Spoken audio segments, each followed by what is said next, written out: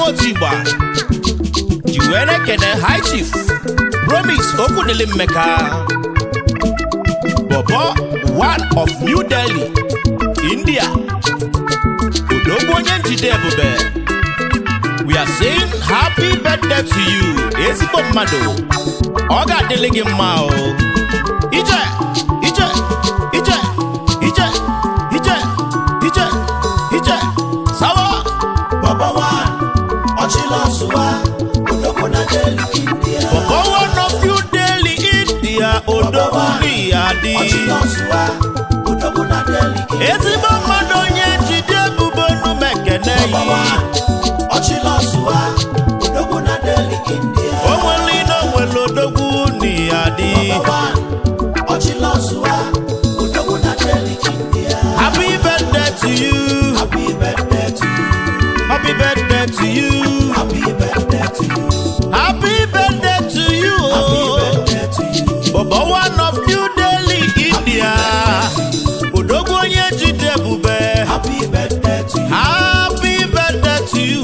Ogalanya. Ije. Nabumu Tosky woti bonye Enugwu-Ukwu. Egwu amaka muneti. Igba muneti lodogwu nenu wam. Onye ka mune kuzinu.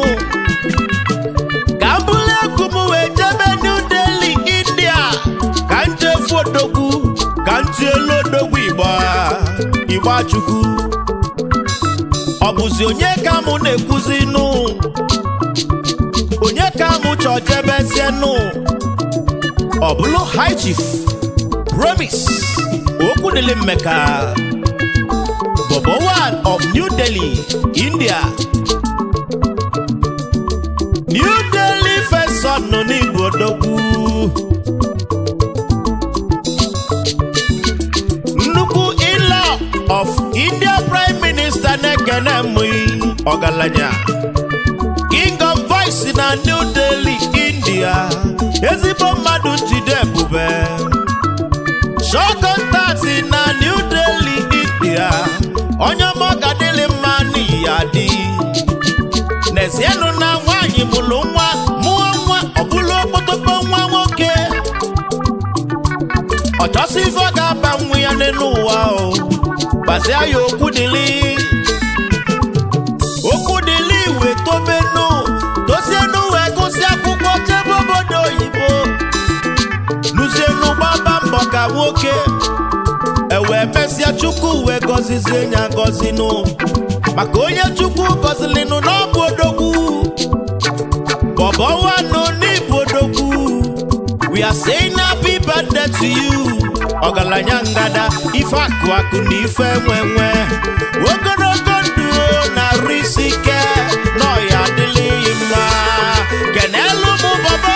Bobo one, Ochilo Suwa, Odobo na Delhi, India. Onye mono ya dili ima ni ya di. Bobo one, Ochilo Suwa, Odobo na Delhi, India. Ezigbo mmadụ onye mu jide Bube ni ya di. Bobo one, Ochilo Suwa, Odobo na Delhi, India. Onye ọ ga-adịlị mma ni ya adịlị Bobo mma. one, Ochilo Suwa, Odobo na Delhi, India. Happy birthday to you. Happy birthday to you. I si no ya adịlị mma n'ụwa. Happy birthday to you. Ijebe n'ụwa n'ihe ejelu. Happy birthday to you. Inaba n'ụwa n'ihe analụ. Happy birthday to you. I si no ya adịlị mma. Happy birthday to you. Happy birthday to you. Happy birthday to you. Ije. Bobo wee kelee n'ụmụanyị o. Wee naba India. Wee jee n'ụtọ mmalite nwanyị ọma.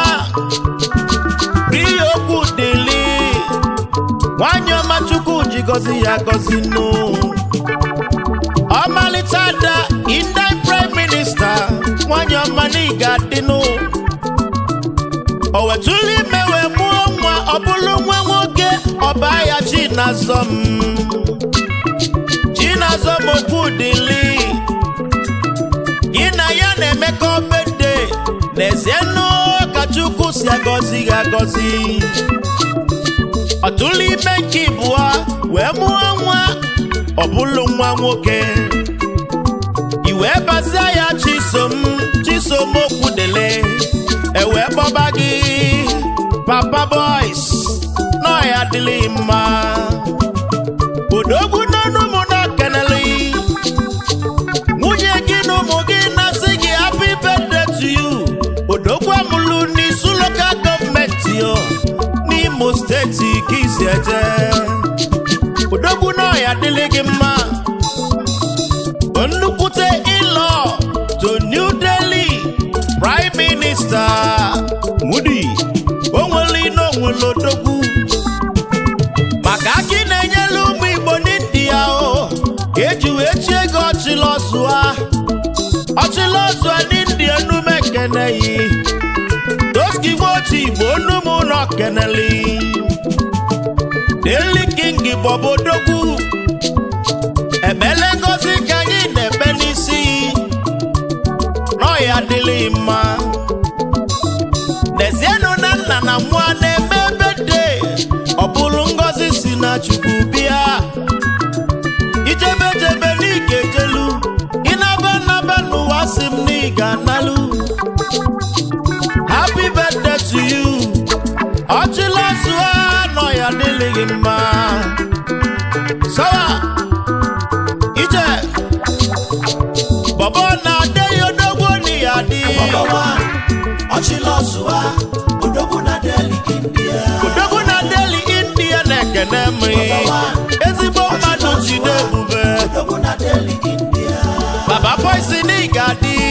Bobo ọchịlọzụa odogwu na Delhi India ezigbo mmadụ jide ebube ni adi ọchịlọzụa odogwu na Delhi India ezigbo papa chi na-azọ m happy birthday to you na papa chi so m happy birthday to you papa ụmụ boys dalụ ni happy gadi birthday to you Daily King Bobo ni adịlị mo happy birthday to you happy birthday to you happy birthday to you happy birthday to you ezigbo dị na nupria okwu dịlị aịsịlị nọ ya adịlị gị mma ezigbo papa rilu n'igadi happy birthday to you happy birthday to you happy birthday to you High Chief Okwudele Mmeka